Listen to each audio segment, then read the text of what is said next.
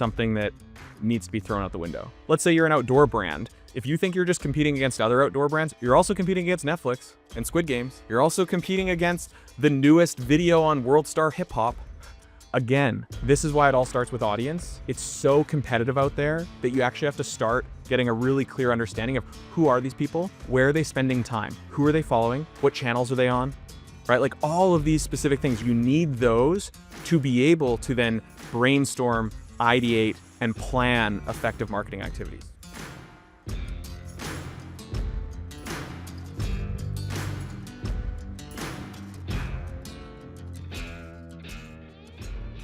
Welcome to the Backcountry Marketing Podcast. Today I'm sitting down with Charlie Grinnell. He is the co-founder and CEO of RightMetric. Charlie, welcome to the show. Thank you very much for having me. Excited to chat with you. Yeah, thanks for joining. I got to say, so when you and I and your team connected initially a month or so ago on an intro call, I left that call feeling like, oh, these guys get it. They get it on so many levels. And so I'm super excited to have this conversation. And we talk a lot about, marketing on this show. We talk a lot about creative on this show. And your perspective is unique because you are an insights and a data firm, and you can provide a lot of clarity to, I think, some of the things that our industry is experiencing. And so there's a lot changing in the industry. Audiences are changing, channels are saturated, creating effective content. Like, what even is effective content? I think that's a good question. And I want to kind of walk through all three of those things with you today and more. So I'll pause there, Charlie. Yeah, why is this a subject that's top of mind for you? Yeah, I think it's a really good question. I think how this kind of came top of mind is basically through running RightMetric. So what RightMetric is, just for the audience's context, we're a strategic insights partner. And basically what we do is we help marketers look externally at audience data, content data, and channel data to provide insight to guide more efficient and effective marketing activities. So at our core, we have a team of analysts and strategists that sit there all day, every day, and are kind of digging through different data sets to mine for insight to help marketers be better at their day-to-day.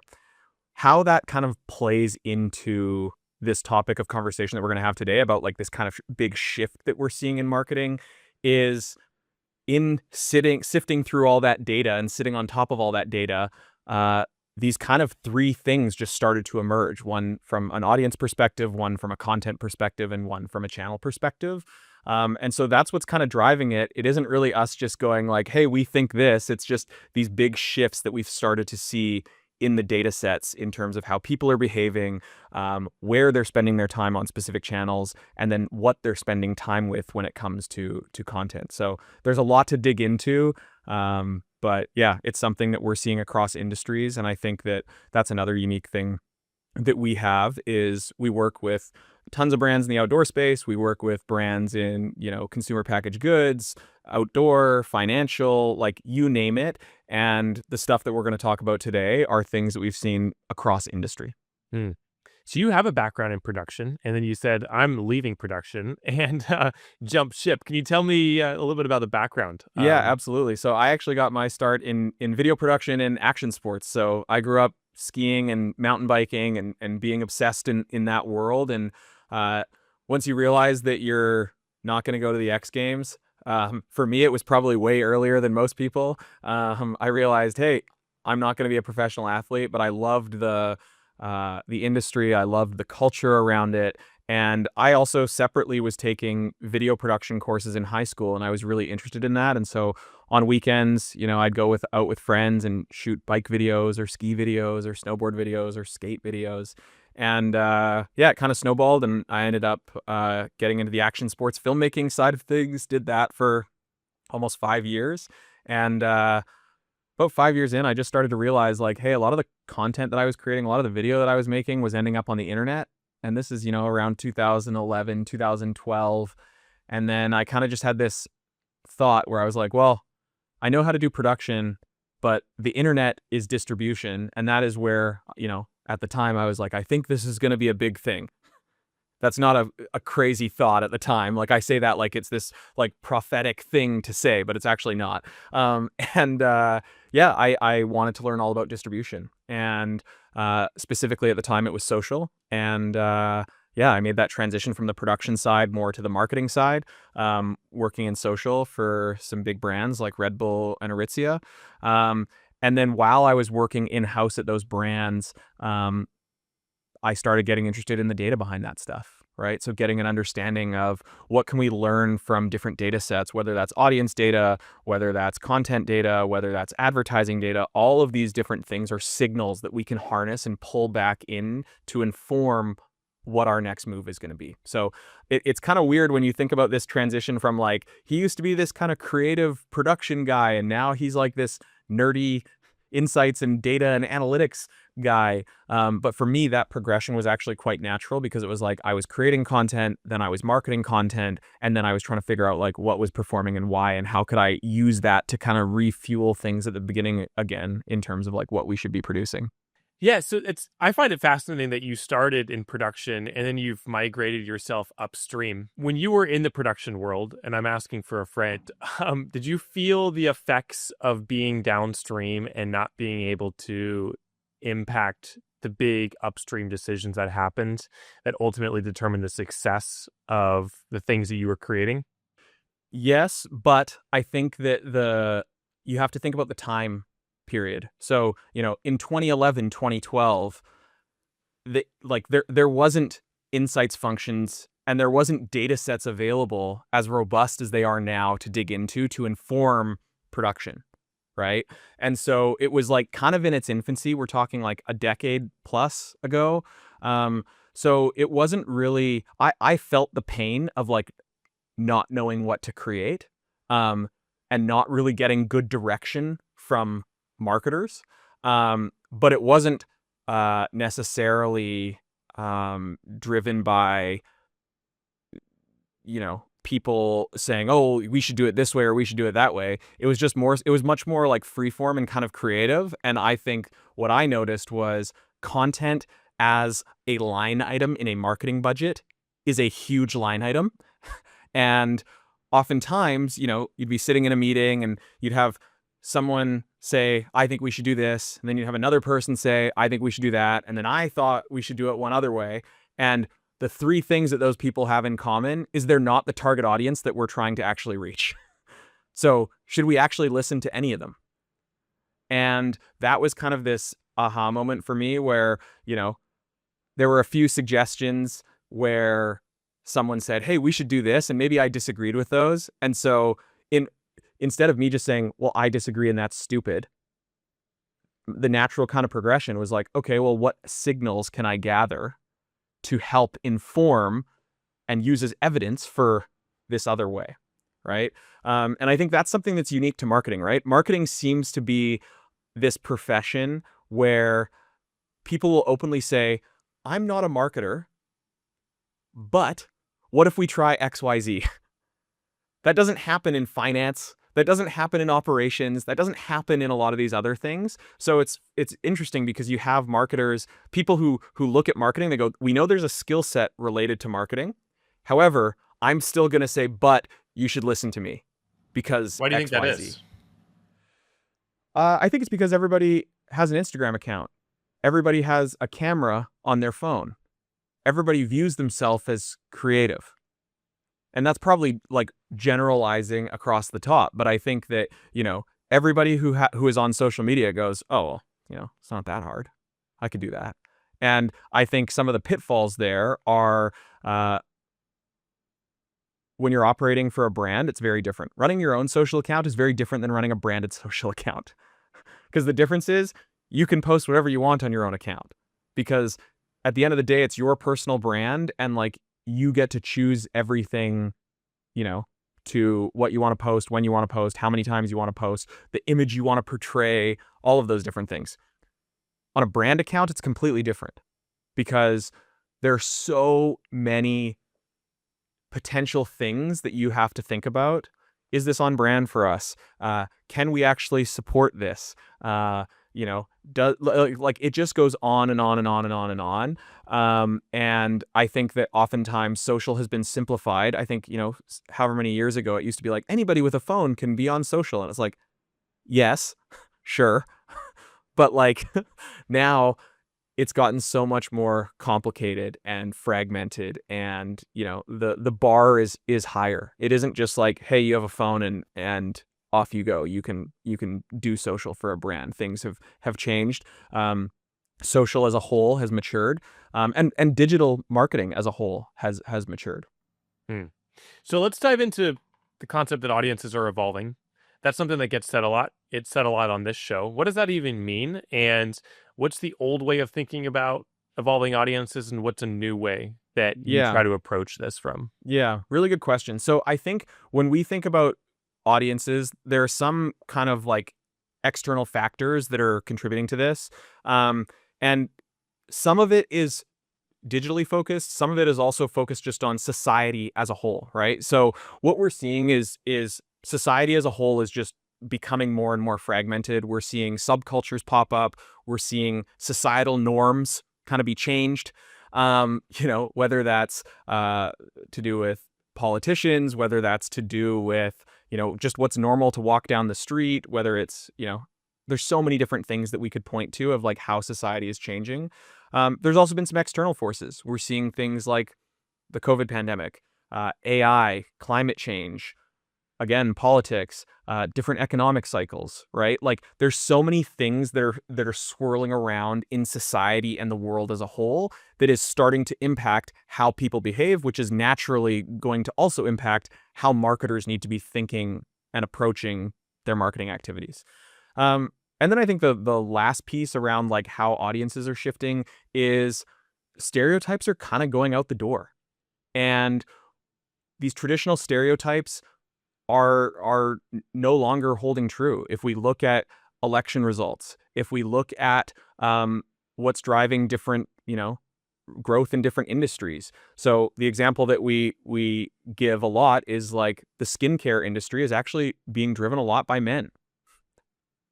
That's kind of surprising, right? Or if you think about people who are glued to their phones, I think the stereotype, 3, 4, 5 years ago is people would say, oh, well, that's like kids these days. They're just glued to their phones. Now, when you walk by a restaurant and you look at people who are glued on their phones, it's actually boomers, right? That's not just associated with young people anymore.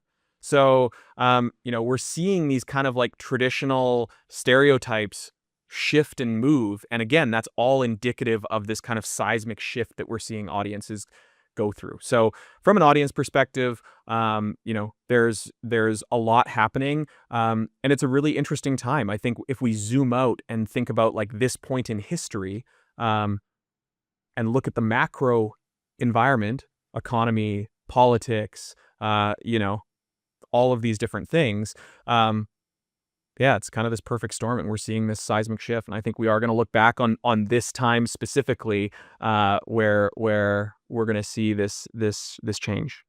Yeah. So why does that matter for marketers? Why does that matter for those of us that are producing content? Yeah, I mean, I think that basically the TLDR is that if you don't know who you're talking to no one.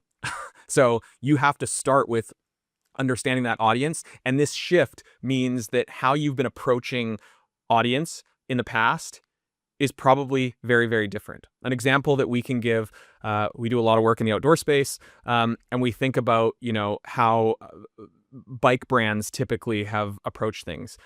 And most brands in the outdoor space have had their like persona, like here is the person that we are actually, trying to market to. And, it's this muse of this, 25-year-old, shredder. And what you actually start to realize when you dig into the data is the audience that you're actually trying to reach is a whole bunch of different sub-audiences. It might be more casual e-mountain bikers. It might be retired dads. It might be millennial females. All of those could be an audience that you as a bike brand would want to go and engage with so that hopefully they'll buy, their next bike from you. But the way that you market to those three people, casual e-mountain bikers, retired dads, and millennial women, they are so different, right? So this kind of like one size fits all isn't going to work, especially in an age where we are all inundated with stuff all day long, right? Competition for our attention is at an all-time high. And so when You think about it like this. There's 24 hours in a day, and hopefully for 8 of those hours you're sleeping. Uh, maybe more, maybe less for some people. Then, some of those hours you're going to be working, right? And then some of those hours maybe you're commuting, maybe you're doing chores, maybe you're doing whatever. So like, okay, we are on our screens a lot, but there's only so much real estate there. And so this other concept of brands thinking that they're only competing with their industry is something that needs to be thrown out the window. Because if let's say you're an outdoor brand, if you think you're just competing against other outdoor brands, you're also competing against Netflix and Squid Games. You're also competing against the newest video on World Star Hip Hop. You're also competing against, inauguration speech XYZ that's been cut up onto TikTok where people are watching Zuckerberg look at someone, whatever the latest meme of the day is. So again, this is why it all starts with audience. Is it's so competitive out there that you actually have to start getting a really clear understanding of who are these people, what do they care about, and when I say what do they care about, I'm getting very specific here. Where are they spending time? And when I say where are they spending time, who are they following? What content are they watching? What type of media do they consume? What channels are they on?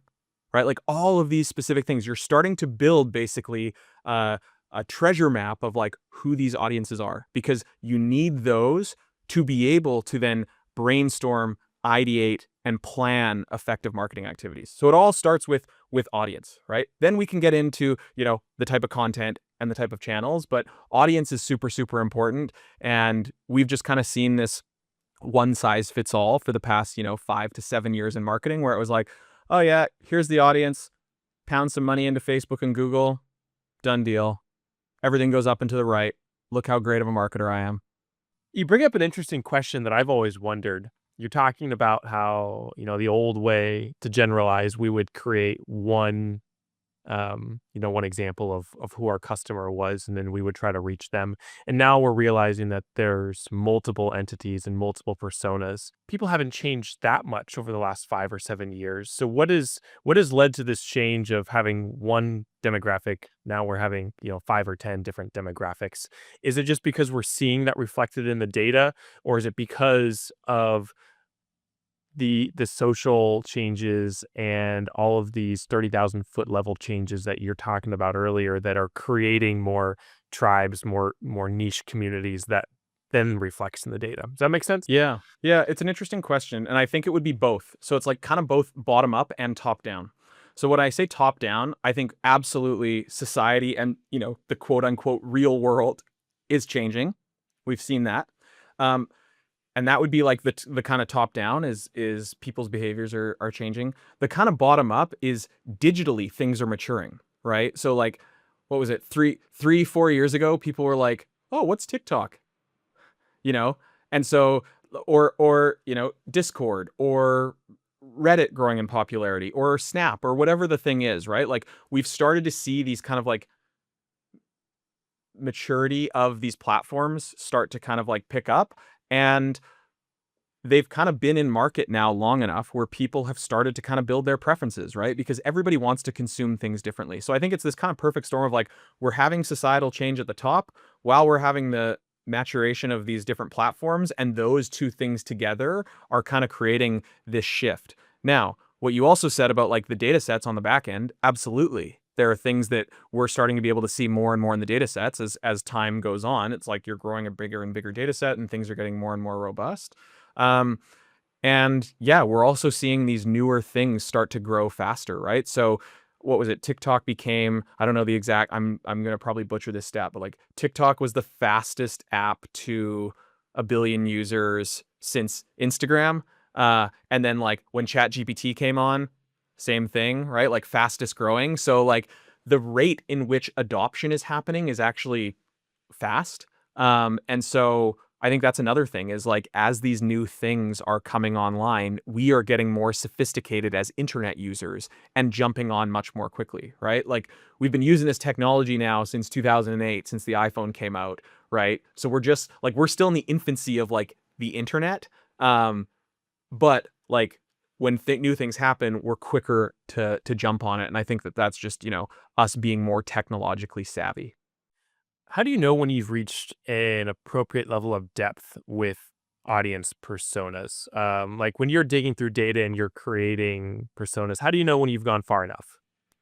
Yeah, I think I would just go back to the objective, right? So it depends on what is the strategic question that you're trying to solve. So we do a lot of work in kind of building digital personas for brands. So oftentimes brands will come to us and say, hey, we have our muse or our persona, or like, here's some kind of, traditional segmentation stuff that we've done, which is great.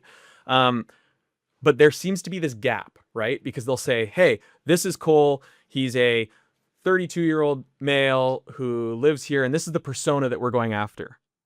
Okay, that's great. Who does Cole follow? What channel does Cole spend time on? What type of content does Cole watch? Are there different creators? Are there other adjacent brands that Cole has an affinity to? All of these things are usually left out in that, or they're kind of like anecdotal at best. Or are there shifts over time, right? And so it goes back to understanding what is the objective. And the objective usually is, hey, I need to plan content, or I need to figure out what channel we're going to put our resources behind. Help me figure that out. And oftentimes we've found that most kind of traditional market research or persona stuff stops short at the digital ecosystem, which is kind of insane because like digital marketing in 2025 and beyond or marketing in 2025 and beyond is all digital, right? So it's like kind of insane where it's like, wouldn't you want those signals to then use to brainstorm, Yeah. right? And I think that's the thing from an audience perspective. A lot of this is used to fuel brainstorming, to fuel hypothesis, like all of these kind of different ways that you can use it. It's not going to be like X equals 10, but it's going, okay, wow, that gives us more depth and fidelity into who these groups of people are. And it's actually going to start to give us signals of, oh, we should actually be thinking about these channels. Or, oh, they're interested in this topic. That's interesting. That's not directly related to our brand, but we could actually, insert our brand near that because it aligns with, X, Y, Z things that we're doing. Yeah. So that's kind of how deep you want to go. It also depends on the use case. Is it a brainstorming thing? Is it an ad targeting thing? Ideally, if it was me sitting on the brand side, I'd want to go as deep as humanly possible because I think that information can be used so broadly across the organization. It can be used in marketing, like I said, whether it's ad targeting, content creation, channel focus, messaging. It can also be used outside of marketing. It can be used for customer service strategy. It can be used for product roadmap. There's so many different things that as digital continues to eat the world, there's going to be more and more data points kind of like farted out the back end of the exhaust to count and pull meaning from. Yeah, amazing. You have any other thoughts on audiences, or should we dive into channels and or effective content? Yeah, I mean, maybe we go content. I think Yeah. content would probably be like the next one because then it's like, who are you trying to reach? What are you creating? And then how are you distributing it? Yeah, let's do it. So when you think of effective content, effective being the key word there, what does that mean to you? So to me, effective content is how does this map back to the marketing objective that we are trying to achieve? So I think that oftentimes content in the marketing world is just like, what is good content? Everybody, if you walked into a marketing department and asked what is good content, you'd get like 25 different definitions, right? The creative team might give you one thing that like pushes the envelope or it's innovative or it's never been done. The social manager might say it gets engagement. The digital marketing manager or the e-commerce person is like it drives conversion. And the CMO is like it does all of it. Right. So I think my take on what effective content is how is it strategically produced to do the job that it's being deployed against. So some content should be designed for top of funnel reach and awareness. How can we create something that's going to blow the doors off and make people stop scrolling and actually like know that our brand exists? That would be top of funnel. Some content might be middle of funnel, which is educational type content of, regardless of whether people are going to buy the product or service that we sell, they are going to spend time with our brand and they are going to receive some value, whether that's educational value, entertainment value, informational value, etc. And then like finally that lower funnel content is like, how are we getting people to buy? Right? And how are we getting them to buy and buy more? And so, I think that these blanket terms are thrown around in marketing where it's like, that's good content. But it's really, really important to think about, what is the purpose of this? What are we creating, right? The reason you create a documentary film is very different than you create, a 6-second cinematograph that's looping on a product display page. Yeah. Both pieces of content, both very different, objectives and use cases. So I think it's less about what good content is more broadly, and it's more about what is the purpose of this content and how is this being built into an ecosystem that allows the target audience to come in and choose their own adventure and have a great experience. So this is the part of the conversation that I feel like this is where like my experience starts to come in. And, usually we're brought in around this point, and one of the first questions we ask is, well, what's the point? Why are we making it? And I did an interview with Chris Burkard, and his episode is coming out. Well, it'll already be out once this episode is published. But he was saying that today more than ever, in his experience, like creatives are being asked to give directions to a destination that doesn't exist. And that hit me. I was like, if a guy like Chris is telling me that, and I'm generalizing, but brands don't know where they're trying to go, and the marketing team is asking creatives for advice, and maybe they don't even know, what they're trying to get out of it. That raises a bunch of red flags for me, because how can we do our job if we don't know what we're trying to achieve? Is this Yep. and this is where I feel like what you guys have to offer is part of the solution to answering that question, because you can answer what is effective content with data rather than hunches and funny Yeah. feelings. Yeah. Can you share more about how you go about doing that? Yeah, absolutely. So I think first and foremost, what you just said is happening. I do think that more creatives are being tasked with answering questions that, quite frankly, they're not equipped to answer correctly. That's not a shot at creatives. It's just like, it's like, film me a movie when you don't have a camera. That's like literally what's happening, right? So I think about that is happening. A lot of creative shops are getting tasked with more to like, where should we go and why? But that isn't their subject matter expertise, right? They might have things that they can put into that, but to your point, it needs to be grounded in something. So I think that, acknowledging that is happening is important.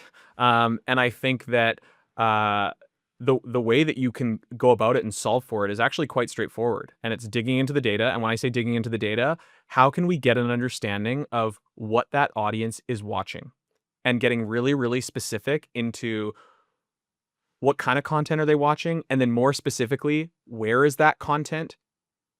And then also, how is that content produced?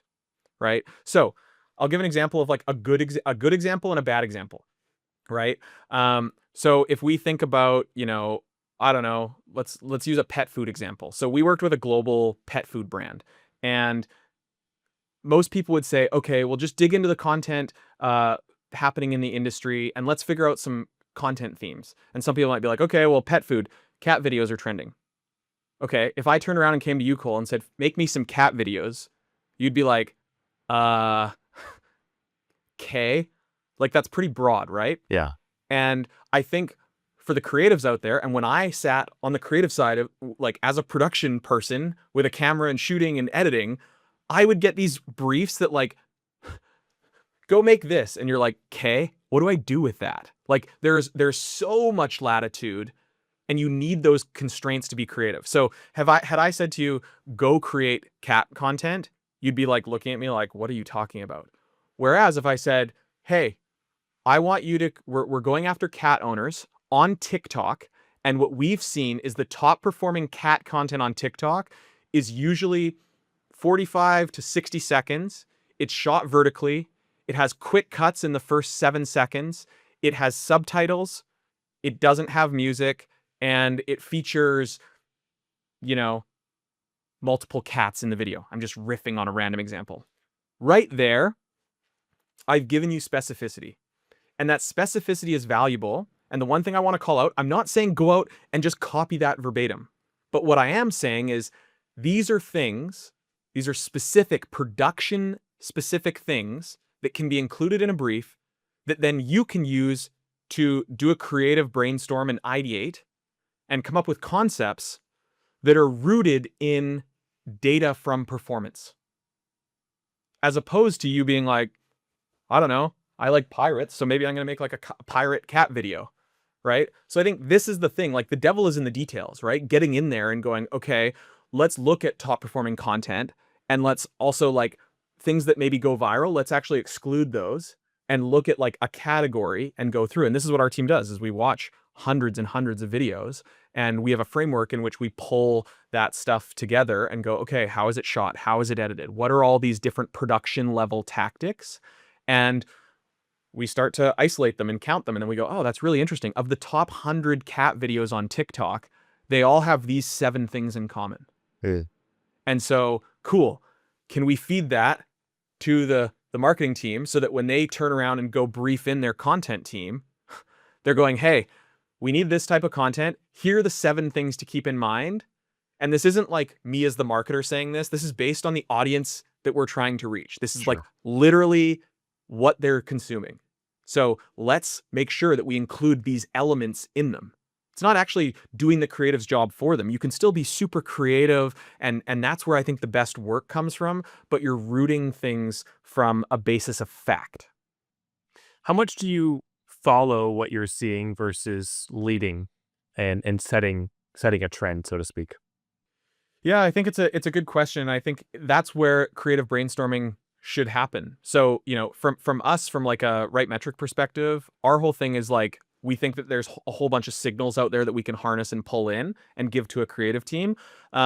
Oftentimes we've delivered stuff to our clients, and then they take that and are like, wow, we had an offsite brainstorming session for, you know, this campaign, and we came up with some really interesting ideas. And yeah, it's like that kind of, there's that TED talk, right? Everything is a remix. Or what is it? And there's another book, Austin Keon, Great Artists Steal. Like, is anything really original? Like, anybody who sits there and is like, we're never been done. I'm like, yeah, okay. Unless you're going to Mars, you know, or jumping from the edge of space, right? Like, everything is going to technically be a remix, and that's okay. And so I think about, you know, again, how can you brainstorm net new ideas,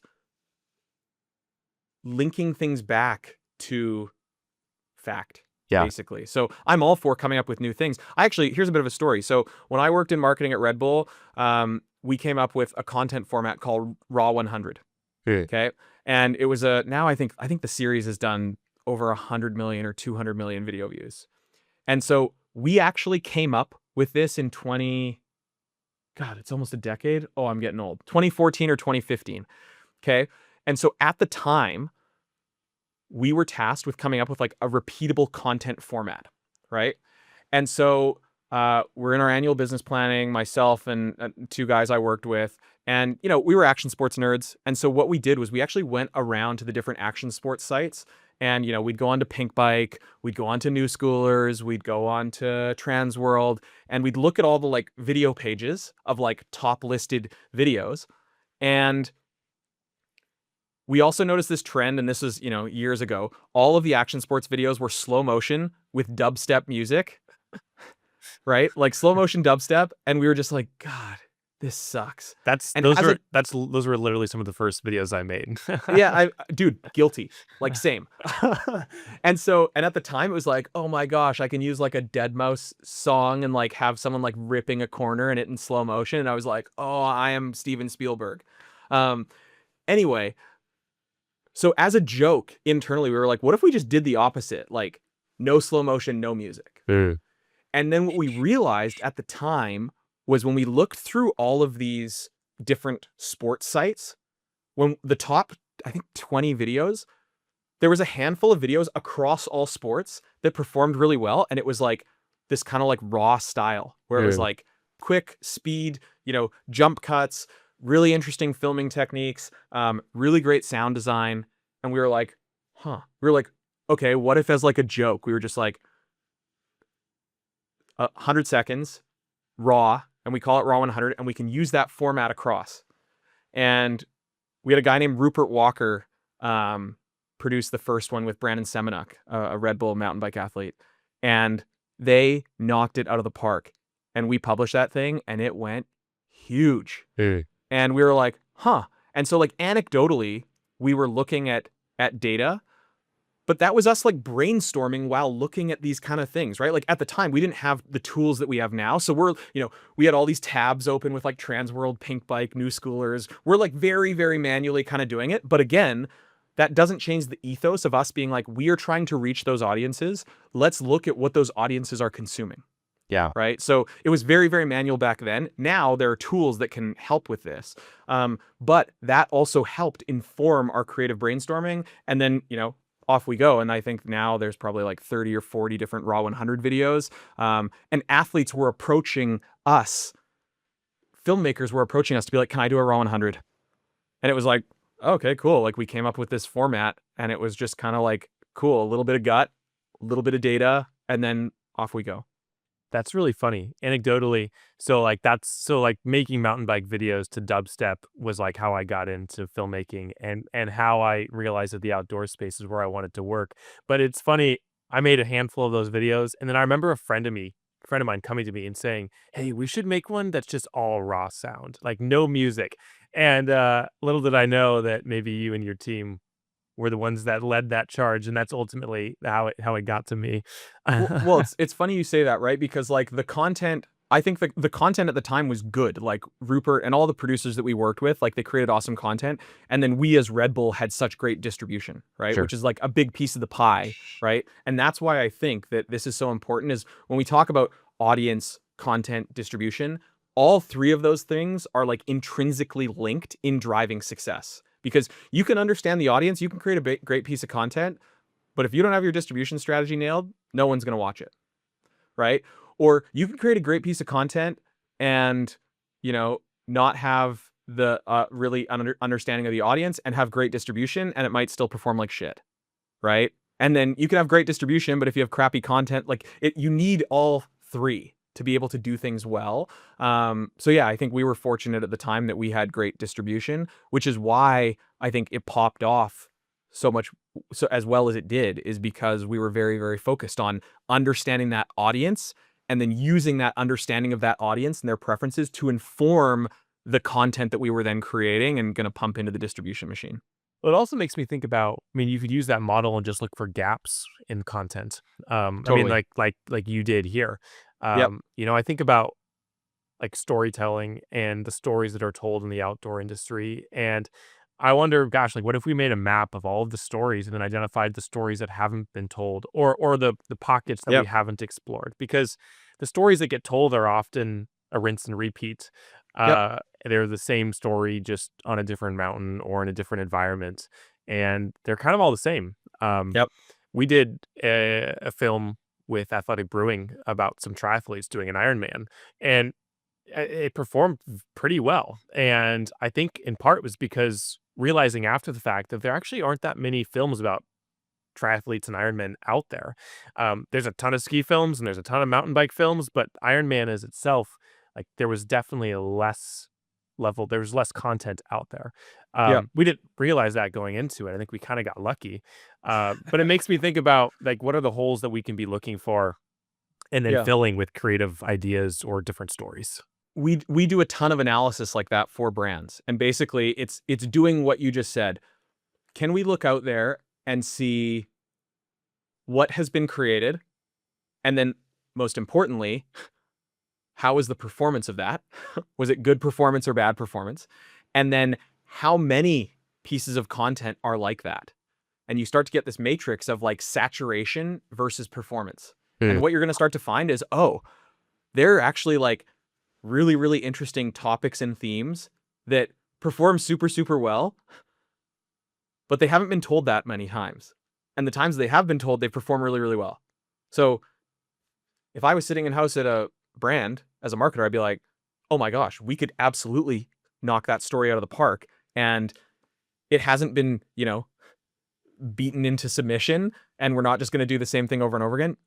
I definitely want to jump on that. So I think this idea of, but the only way that you can find that out is by looking and doing the analysis, right? Well, and I think that doing the hard work of digging through the data. and doing the hard work of digging through the data, right? And it is a pain in the ass. Like the whole reason we started RightMetric is because when I was on the brand side, I was like, okay, cool, I'll look into it. And then I realized how long it takes. And how fragmented it is, right? Like we work with over 25 different data providers to pull all that into one place and then clean it, organize it, visualize it, do insight on top of it. So it is insanely valuable, the end state, but getting there is very much a labor of love, much like production, right? Like think about the times that I think about, when I used to work, I made ski films for Poor Boys.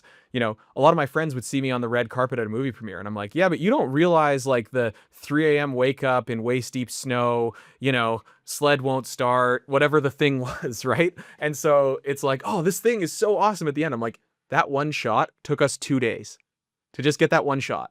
And so, yeah, it's oftentimes it's worth it, but it definitely isn't just like snap your fingers and it happens. Something that maybe I'm guilty of is asking the question quality versus quantity. And I Yep. wonder, is that even a relevant question anymore? Hmm. Should does everything, do we need quantity and quality at the same time, or do you feel like one versus the other is still an appropriate question to ask? Well, I think my first question would be is define quality. Because quality to you might mean very different quality to me, might mean very different quality to someone else. I also think that, does quality matter necessarily? So, I think about, we did this at Red Bull where we did these, super polished videos.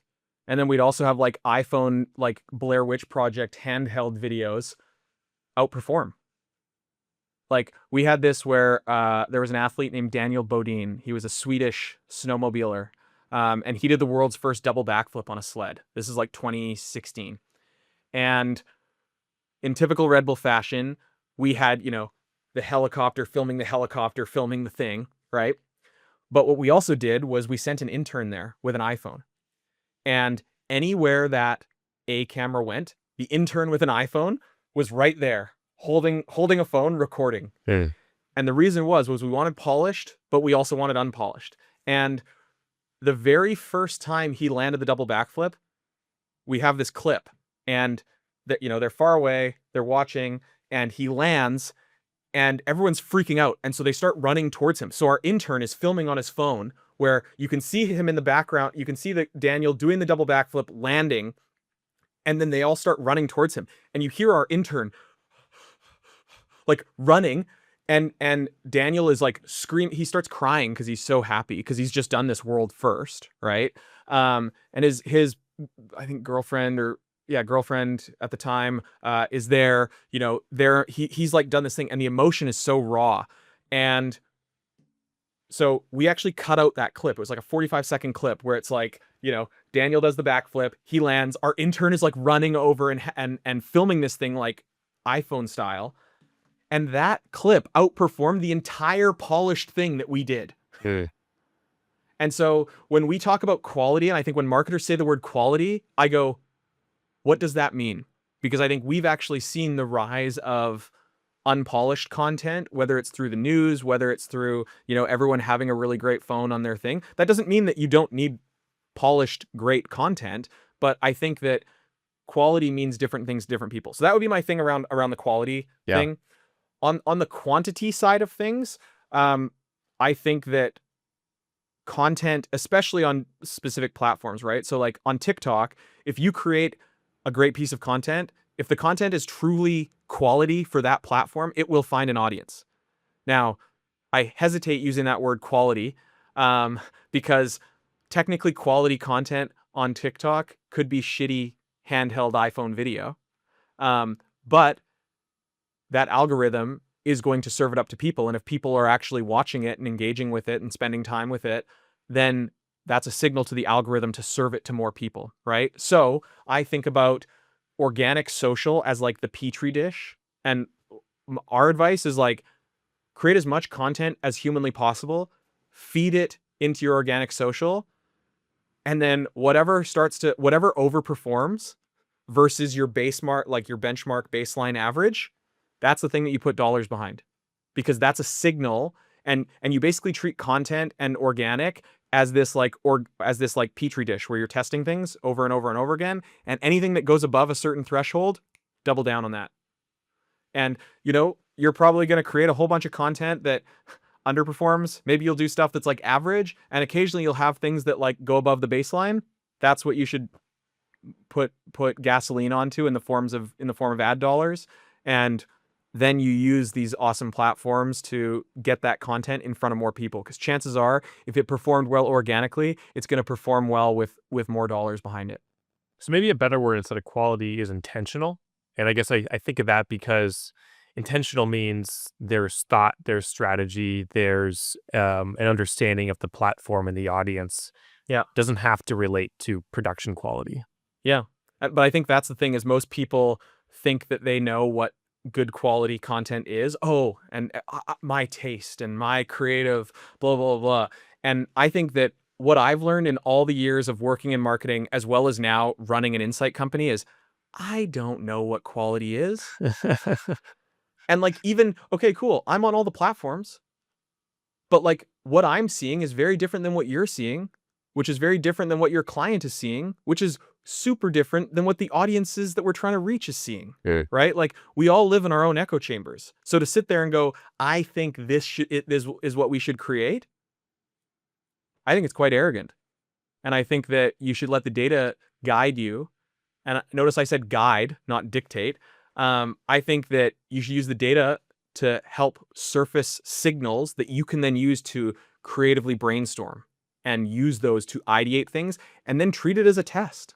Hey, we're going to produce this. This is obviously it's going to tick the box from a business perspective. It aligns with an objective. It hits on key messages, whatever. But then, okay, cool. Yeah, we're going to run this as a test. And, if this goes well, then yeah, cool. We're going to amplify it. Should we talk about channels? Happy to talk about channels. I guess we're already talking about channels. Yeah. What do you think about them? What do I think about channels? I think we are witnessing a huge fragmentation of channels. And generally speaking, it has kind of been the duopoly, right? Facebook, Meta, and Google, basically, Facebook, Instagram, and then, Google. That's basically where digital marketing was. I think we've seen that duopoly shift into a triopoly with the rise of TikTok. But now that we're starting to see this fragmentation happen, we're seeing blue sky. We're seeing people spend more time on niche Discord servers and Reddit threads and all of these different things. People are spending time on different channels and consuming in a way that they prefer to consume. So I think, 5 years ago, the market wasn't as mature, so there weren't all these other platforms. It was like, okay, well, you do marketing, cool. Put it on Instagram, put it on YouTube, put it on Facebook, maybe Twitter, done. Now, what we're starting to see is growth of certain platforms, right? So Snap has over 300 million monthly active users now, right? You're starting to see, obviously TikTok broke 1 billion. You're starting to see huge usage of Discord. You're starting to see huge usage of Reddit. You're starting to see, like, all of these things are growing, which means those platforms are starting to mature, which is creating this fragmentation because there's more places for people to hang out. And people have realized, oh, well, like, I really like chatting about things in this Slack channel or in this Discord server. Whereas you might be like, you know what? I really like scrolling my Instagram Reels feed. Or, someone else might be like, you know what? I'm just in a few different WhatsApp groups with a bunch of friends, and I have a steady stream of content that comes in like that, right? Like, a lot of things are starting to kind of go down in the DMs, this rise of dark social, where, people aren't necessarily publicly sharing content anymore or having conversations in the comments. They're DMing things, right? So, 10 years ago, I might have seen something and been like, Cole, check this out. This is awesome. Now, I'll actually just DM you the post and be like, what do you think of this? Yeah. Right? And then we'll have a conversation about it. But from a marketing perspective, the marketer, all they can see is like, how many times was this post shared? And that's a really interesting metric that we're looking at a lot from a content perspective, is how much is this content being shared? Because we're going to see, our hypothesis is that we're going to see shares increase, because shares is indicative of this dark social behavior where people are spending more time discussing content in private instead of doing it publicly on the comments of the piece of content. And I'm seeing this in, okay, sample size 1, 34-year-old Canadian male. I'm in a whole bunch of different groups, whether it's Instagram, WhatsApp, iMessage, where we're just constantly sharing in links from other platforms, right? And we as friends can have a conversation about things. And I think that behavior is on the rise, and we're seeing that in some of the data. Why do you think that is? Again, I go back to the way that platforms are maturing, and people don't necessarily want to have conversations in public about things, right? So for example, we've all shared memes that are probably inappropriate and offside that we would never comment on publicly, but you definitely chuckle about it and share it with a close friend. And who has like the same twisted sense of humor that you have, right? And so if you shared that publicly, there's a good chance that you'd get canceled or get in trouble or whatever, or maybe you don't want to share that necessarily publicly, but you're still going to engage with it. So I think that, there has been this increase in privacy. I think people want to be more private, which is fine. Everyone has that right to be private. I think the balancing act for businesses and for individuals as a whole is we want privacy, but we also want things personalized. And in order to have personalization, you need data, right? Which is this really interesting balance. So I go back to, this phrase. Remember when like hashtag delete Facebook was trending a few years ago and everyone was like, oh, the privacy. And you can see Apple with their ads have really leaned into like privacy. Like that's iPhone, that's privacy. Cool. Everyone is very outspoken about privacy. Fine. We also love that Spotify recommends new music that we hadn't thought about. We also love that Starbucks recommends a new drink in the app that you've never tried. We also love that TikTok seems to give us content that we didn't even know we would be interested in. For example, for me, apparently I like watching power washing time-lapse videos. I didn't know that I like that. Boy, do I like that. Right? So like it's this fine balance of privacy and personalization. And so I think what we're seeing is people can still have privacy in DMs like that. I think that could be also something that is contributing to it. Interesting. So then the natural question that every marketer would ask is, does my piece of content need to live on every platform? Or do I just go all in on one platform? And I'm sure your answer is going to be, well, it depends. Yes. Yes, it depends. I think it depends on a couple things. So let's talk about a platform or channel perspective. Number one is, should my content be on all platforms or some platforms? I'd say it depends on what platforms you're currently active on. And that depends on what your business is trying to do. So before we talk about like, should you customize your content per platform, you got to talk about what platforms are you on first and why, and does it make sense? So when I used to work in-house on the brand side, I worked as head of social at Aritzia. We were on a whole bunch of different social channels. We were on Pinterest, we were on Facebook, we were on Instagram, we were on Twitter, and each social channel had a specific purpose. Facebook was literally to drive traffic. It's the only reason we were on there. And when I say drive traffic, it was to drive traffic to aritzia.com so people can buy things, or it was to drive traffic to our stores. So primarily the content that we were posting on there is like, I didn't need it to perform well from an engagement perspective. The metric that I was looking at was, is Facebook driving more traffic month over month? Cool. Instagram, on the other hand, is what we used for brand building, right? When people were stumbling upon us or finding out, we wanted them to feel really, really good about our brand and really have an understanding of what is the Aritzia brand and what are the things that we're interested in. And we wanted them to spend time with us, which meant we looked at engagement. That was a big focus for us. And then Twitter at the time, before it changed to X, was all about customer service. People were just asking about their orders. Where's my order? This. Right? And so we were actually looking at, response time, how many, like more customer service metrics there. So what I just described to you, all social media platforms, all different purposes, all different metrics that we look at. Now, what does that mean from a content perspective? I've just told you 3 very different things, which means from a content perspective, does one size fits all for those 3 things? Probably not. And so I think that that's something that a lot of marketers probably agree with and nod along. They go, yeah, that makes sense. And then they think about it operationally and go, oh shit. Because that means they have to tailor content and be very, very specific. And I think what ends up happening is different people come in over the top and have different opinions and say, oh, well, like, there's no downside to just posting that there. And, I actually tend to agree in certain circumstances, right? There is no downside. But being more focused about things and using different channels to drive to other channels. So for the sake of example, a piece of content that we're going to publish on Instagram that's more of like a brand building piece of content, there's no point in publishing that on Facebook. It's going to perform like shit. It's not going to drive traffic. Some people would say, oh, but like, what if the people on Facebook want to get exposed to our brand? Yeah, fine. They can come find us on Instagram. They will.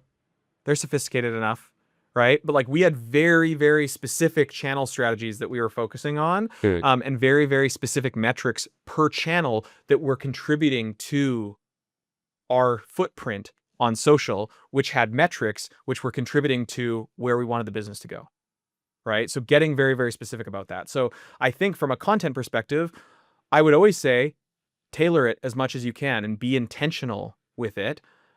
However, I also realize that adds operational burden, cost, complexity. But I also think that, creating one thing and putting it everywhere, I just don't think it's going to be as effective. And I think if you're trying to be many things to everyone, you're going to be nothing to no one.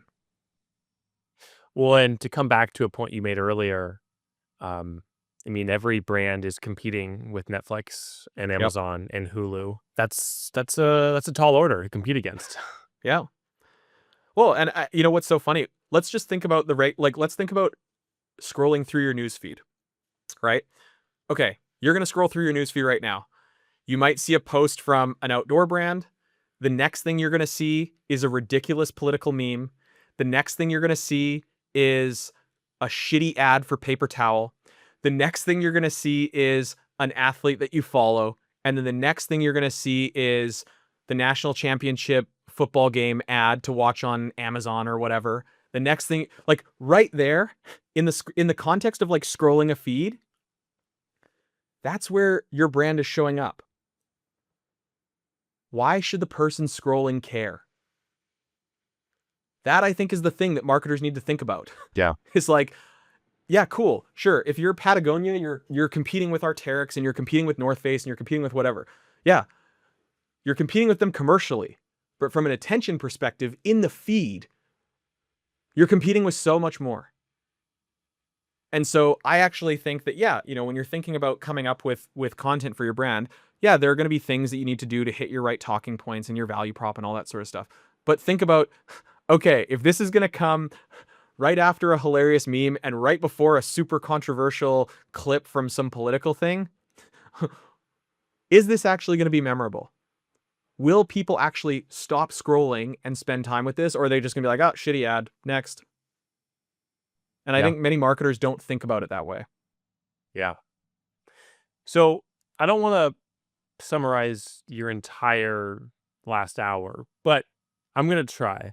Because I think there's way more to it than what I'm about to say. But as I listen to you talk, and I listen to you talk about, these three ideas, audiences, channels, and creating effective content, the thing that keeps coming to my mind is that all people want is community and they want authenticity. And I feel like everything that you've just said, if I were to test it against those two concepts, that's what everyone is looking for. And now people go about that different ways. People find that in different ways, but I feel like that seems true to me. Yeah. And I think how I would boil it down is there's like three things, right? Understanding your audience. And when I say your audience, not one audience, understanding your audience means like a collection of sub-audiences. And when I say understanding them, I mean deeply understanding them, not creating a one-off persona where it's like, this is Cole and he does X, Y, Z. It's like, hey, our audience are these groups of people and they behave in these ways. And when I say behave, they follow these types of people. They're interested in these types of topics. They watch this type of content. They follow these types of creators, athletes, etc. They love these types of brands. You have a digital picture of who they are. Then I would say, okay, from a content perspective, combined data with creativity, right? Notice everything that we've talked about today has been about how can you use insight from content to inform brainstorming. I didn't say just do that. I said use this as signals and then take that away and add your context and your nuance and your knowledge about your business, your industry, etc., and then come up with ideas based on that. Right? So that's from a content perspective, is like merge this kind of like creativity with data together, because you're actually just going to come up with better ideas that are likely going to perform better than what you're doing today. And then I think the third thing is, as you start to like distribute this stuff, don't just do one size fits all. Reference the content stuff and the audience stuff to go, okay, from a channel perspective, where should we focus our efforts? Number one, and how should we come alive on those channels? I think understanding and being intentional about those three things. And yes, I agree. If you do those three things well, what's that going to do? It's going to create authenticity, which is then going to build a strong sense of community. Yeah. Right? But the way that you create authenticity is by connecting with people. How do you connect with people? You listen. You understand who they are and where they are and what they spend their time doing. Right? And so I think it is actually mapping back to that. I actually haven't heard the way that you described it into that like authenticity or community. I feel like maybe I need to steal that. But it is like, these are very tactical things that I've kind of talked about, but yeah, they are absolutely laddering back to those overarching things of people want to be seen and heard, and people want to have a sense of community. And the way that you can do that as a marketer is, instead of just continuing on talking and yelling and doing the thing, stop, look and listen at audience, channels, content preferences, and then use that to adapt your strategy and your tactics moving forward. I love that. I love Yeah. I love asking more questions than just throwing things out into the wind and hoping that it sticks. Well, what's that age old? There's that age old thing. It's like you have two ears and one mouth for a reason. I think marketers need to listen to that a little more. I love It's that. like, hey, instead of just like yelling from the treetops, we have this new thing, we have this new thing. Use those ears, use those eyes, pause, then use your brain, and then create something from there. You just created the title for this episode. 2 ears, 1 mouth. Marketing, a love story. No, that's awesome. I appreciate you sharing this. My last question for you: do you feel like, for creatives out there, is it going to get better or worse? And I know that's subjective. That's a loaded question. I think it's going to get really, really. I think the future for creatives out there is actually quite bright. I just think that it needs a bit of a reframe. So I think, friends of mine who still work on the creative side of the house are like, hey, what do we mean? What's happening with AI? Like, should I be worried?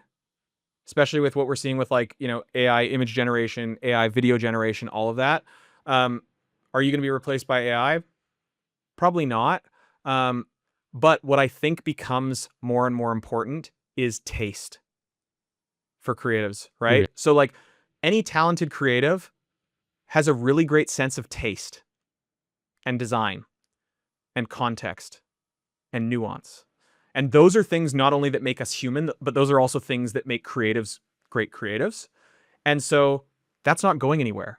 And so I think what's really exciting is, if I was working in video, I'd be like, how can I use AI to remove friction from parts of the process that have just been like a pain in the ass? And that is really, really exciting from a production perspective. But it's never going to be able to like outsource my creativity. It's never going to be able to outsource my lived experience and how you're directing that AI to do that. So I actually think, from a creative perspective, I think that I'm going to use the word good creative, like successful, effective creative, is going to be increasingly difficult to produce. And the creatives that can harness the tools out there, whether it's AI, whether it's insight from things, and work alongside their marketing partners to create things that ladder back to business objectives, I actually think it's going to get really, really fun for that. But I think that the majority of creatives that are maybe just like kind of sitting there and going like, ah, well, I'm an artiste and I'm just gonna kind of create this. I think that they're probably not going to be working in a marketing department for much longer if they take that approach. And I think for all the reasons you've described in this podcast, like good creative, again, that doesn't mean quality, necessarily quality. A good creative, I think, is going to become necessary. It's going to become table stakes because there is only going to be more out there in the world. And how do you cut through that? You figure out what good is, and what does that mean for your audience, and where do you publish it? And that takes creativity. And people are just going to be ruthless. Yeah. In that they're just not going to watch it. Right. Right. So that's the other thing that actually I think is kind of a blessing is you'll know pretty quick whether it's good or not. And when I say good, I'm not saying quality, like whether it's successful or effective. Those are probably the better words. Is because like, cool, you can spend all this time and it's going to go out there. And if it gets no views, it's not the audience's fault. It's your fault. Yeah. Right. And so I think that is actually another luxury that we have as marketers, both on the marketing side as well as on like the creative side, is like we have this awesome feedback loop called organic social. Put it out there. And if it's so good, prove it. You know, and if it's not, then yeah, okay. Like you can learn and guess what? Do it again. Over and over and over again. So yeah, I think it's an exciting time. Well, Charlie, thank you for taking the time. Thank you for sharing what you guys are up to over at RightMetric. If folks want to follow along or learn more about what you guys are capable of, where can they find you? Yeah, so I'm very, very active on LinkedIn. So just follow me on LinkedIn. I'm posting content basically every day over there, yelling about stuff like this. RightMetric's website, rightmetric.co. Yeah, don't be a stranger. Slide in my DMs if you ever want to nerd out. Happy to jam. Well, I appreciate the work that you're doing. It's encouraging to know that there's fellow video production guys out there who understand the struggle and are doing something about it and providing the means to make informed strategic decisions. That's exciting for me. And so, yeah, it's been awesome to get to know you, and I look forward to seeing where you go in the future. Likewise. Thanks for having me. All right. See you, Charlie. See ya.